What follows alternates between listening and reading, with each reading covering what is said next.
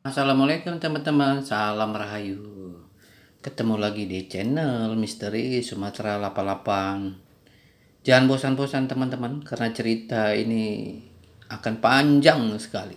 Seperti cerita nih sinetron ini teman-teman. Tidak bisa dijelaskan dalam satu cerita untuk legenda tewasnya Mahapati Gajah Madang di Tumihang, Aceh Tamiang sekarang. Karena satu persatu harus dijelaskan secara luas karena itu pertempuran besar dan sengit. Dan seperti nonton film apa nama teman-teman yang namanya itu apa, Kian Santang. Nah, mirip-mirip lah seperti itu, kadang enak kadang tidak, tapi ya memang harus begitu teman-teman. Oke teman-teman, kita akan memasuki judul baru ke part 49 dengan judul Nagara Kertagama Warisan Dunia tapi bukan sejarah yang lengkap. Untuk teman-teman yang baru bergabung di episode ini, kalau bisa nonton deh dari seri pertama sampai sekarang. Tapi sabar-sabarlah ya kalau di seri pertama sampai seri 27 ya kan. Gaya-gaya Sumatera ya kan. Penonton bisa pusing mendengar bahasa-bahasa gaya Sumatera. Nah, kalau untuk mau sampai ke kitab Nagara Kertagama ini, kalau bisa di atas 29 dibaca, mulai kisah yang kami angkat tentang Aditya Warman. Karena peran penting Aditya Warman sangat besar dengan tragedi tewasnya Mahapati Gajah Mada di Tumihang dalam strategi geopolitik Sumatera. Nah, Sumatera waktu itu kan dibagi dua, teman-teman. Kalau dulu zaman Majapahit itu dibilang Sumatera itu sampai di Melayunya ya teman-teman. Ke baratnya sana itu sudah nggak bisa dibilang Sumatera, karena di sana sudah ada Aru, Samudra Pasai, banyak kerajaan-kerajaan lain. Nah, yang kita bahas hari ini adalah tentang warisan dunia tapi bukan sejarah yang lengkap.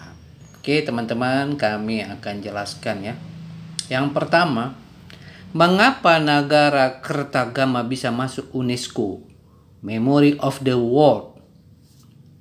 UNESCO memasukkan Nagara Kertagama ke dalam daftar Memory of the World pada tahun 2005 bukan karena isinya objektif, tetapi karena satu, nilai dokumen kuno ditulis tahun 1365 Masehi oleh Empu Prapanca menjadikannya salah satu karya sastra dan sejarah tertua di Asia Tenggara yang masih utuh.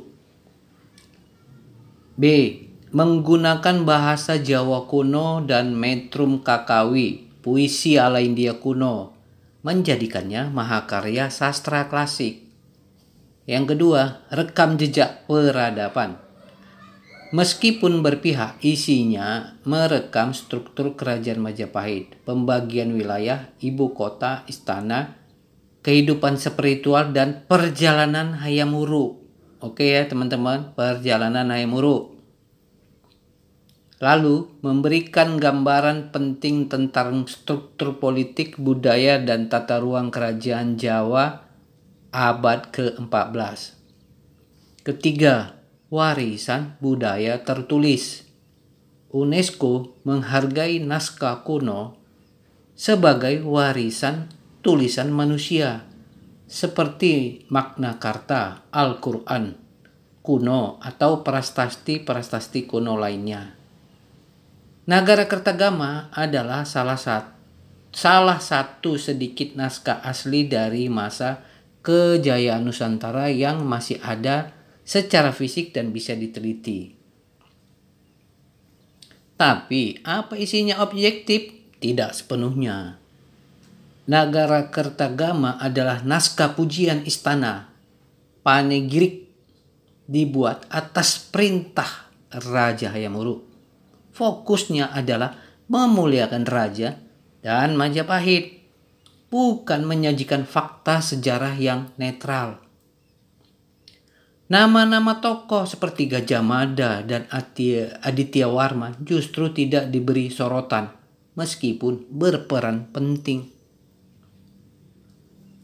Artinya negara Kertagama dihargai karena usianya, bentuk sastranya, dan nilainya sebagai dokumen warisan peradaban tertulis, bukan karena kebenaran isi sejarahnya.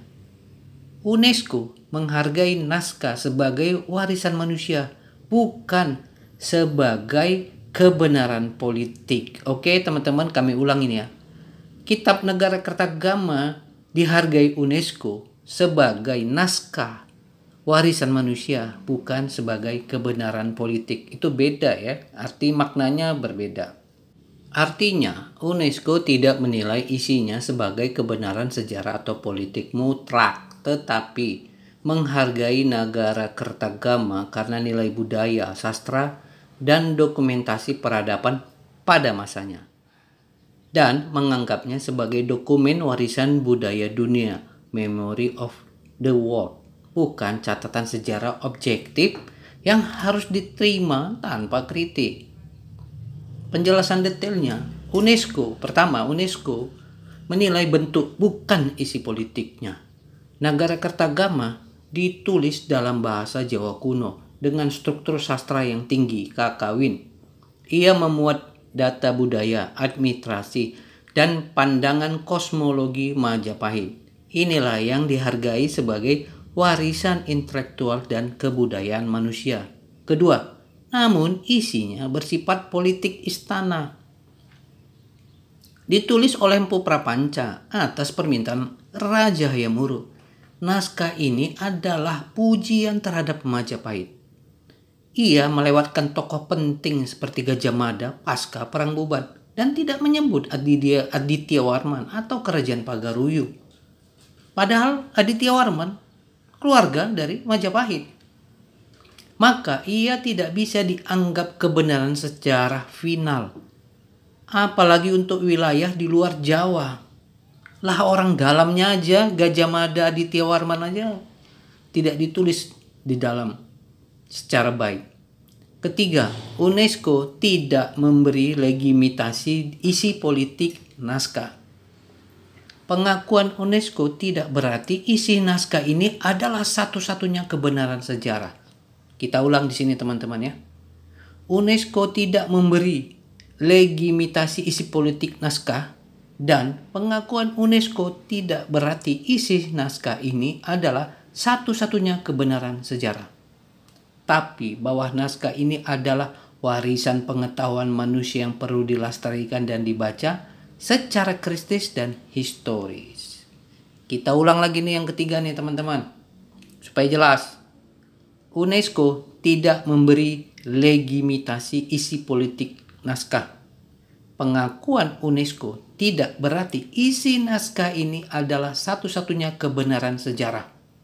Tapi bahwa naskah ini adalah warisan pengetahuan manusia yang perlu dilestarikan dan dibaca secara kritis dan historis. Kesimpulannya teman-teman, Negara Kertagama diakui UNESCO karena nilainya sebagai karya budaya dan sastra klasik yang penting, bukan karena isinya harus dipercaya sebagai satu-satunya kebenaran sejarah atau politik.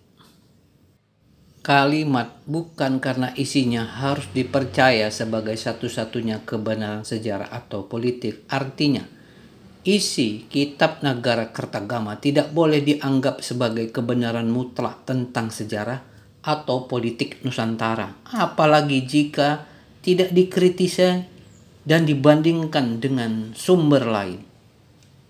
Maknanya, pertama, isi Negara Kertagama bersifat subjektif dan politis karena ditulis oleh seorang pejabat istana, Prapanca, atas nama Raja Hayam Wuruk. Isinya cenderung memuji Majapahit, menggambarkan raja sebagai tokoh agung, melewatkan konflik besar seperti Perang Buban, dan tidak menyebut tokoh penting seperti Gajah Mada pasca Perang Buban, Aditya Warman, dan kerajaan besar di luar Jawa seperti Pagaruyung secara layak.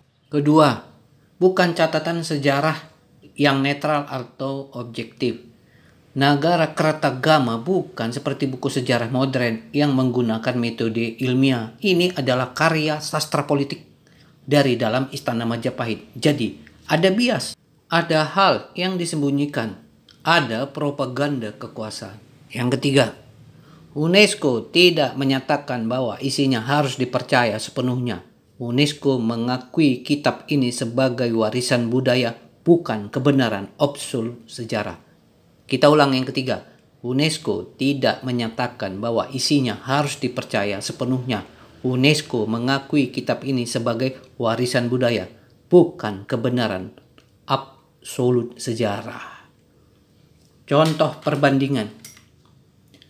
Seperti halnya prasasti kerajaan Mesir kuno yang memuji Firaun sebagai dewa matahari. Itu penting secara budaya, tapi tidak berarti kita harus mempercayainya secara historis tanpa kritik. Begitu pula Nagara Kertagama, penting sebagai dokumen budaya, tapi kita harus membaca dengan akal dan perbandingan sumber. Kesimpulannya, mengakui Nagara Kertagama sewarisan dunia tidak berarti harus menerima seisinya sebagai fakta sejarah yang mutlak. Ia harus dibaca kritis sebagai salah satu bagian dari mozaik sejarah yang lebih luas. Kalimat ia harus dibaca kritis sebagai satu bagian dari mozaik sejarah yang lebih luas artinya Kitab Nagara Kertagama tidak boleh dibaca secara tunggal atau dianggap sebagai satu-satunya sumber kebenaran sejarah. Ia hanya satu potongan kecil dari gambaran sejarah Nusantara dan Indonesia, dan harus dibaca bersama sumber-sumber lain agar kita memahami sejarah secara utuh. Penjelasannya, pertama, dibaca kritis, artinya kita harus mempertanyakan isinya, mencari tahu konteks politik dan maksud penulisnya. Contoh, kenapa Gajah Mada tidak disebut pasca Perang Bubat? Kenapa Aditya Warman tidak masuk padahal ia tokoh besar di Majapahit sendiri dan keluarga Majapahit sendiri? Kedua, satu bagian dari mozaik. Mozaik, gambaran besar yang terdiri dari banyak kepingan kecil.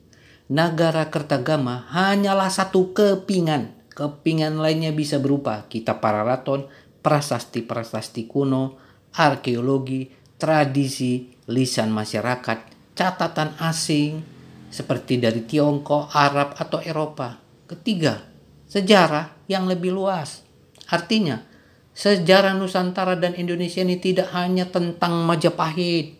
Ada Sriwijaya, Pagaruyung, Lamuri, Haru, Tamiang, dan lainnya yang sering dilupakan karena dominasi narasi Jawa Majapahit. Itu dulu, sekarang udah gak ada lagi tuh. Zaman udah canggih. Kesimpulan yang bisa kita ambil di sini adalah Nagara Kertagama penting, tapi tidak cukup. Kita perlu menggabungkan berbagai sumber agar memahami sejarah Nusantara secara adil dan menyeluruh. Kalimat kita perlu menggabungkan berbagai sumber agar memahami sejarah Nusantara dan Indonesia secara adil, jujur, dan menyeluruh. Artinya adalah sejarah Nusantara Indonesia tidak boleh dilihat hanya dari satu sudut pandang. Misalnya dari satu kerajaan, satu tokoh, atau satu kitab saja seperti Nagara Kertagama. Agar kita mendapat gambaran sejarah yang benar dan seimbang, kita harus membuka diri terhadap banyak sumber. Dari teks, prasasti, arkeologi, dan juga suara rakyat melalui tradisi lisan. Penjelasan rincinya, pertama, menggabungkan berbagai sumber. Maksudnya, kita perlu mengkaji kitab-kitab Nagara Kertagama, Pararaton, Babat, dan Hikayat. Prasasti Sumatera, prasasti Kudadu, Jawa, dan lain-lain. Penelitian arkeologi, Arca Bairawa, situs Padang Lawas, dan lain-lain. Tradisi lisan, cerita rakyat, legenda, dan kisah Aditya Warman. Sumber asing, catatan Tiongkok, Arab, Eropa. Kedua, secara adil. Tidak berpihak pada satu kekuasaan saja, misalnya Majapahit. Kita juga beri ruang untuk suara Sriwijaya, Pagaruyung, Haru, dan lainnya. Ketiga, secara jujur. Berani mengakui fakta pahit seperti tragedi Perang Bubat atau ambisi politik yang gagal, bukan hanya menyanjung kejayaan. 4. Secara menyeluruh.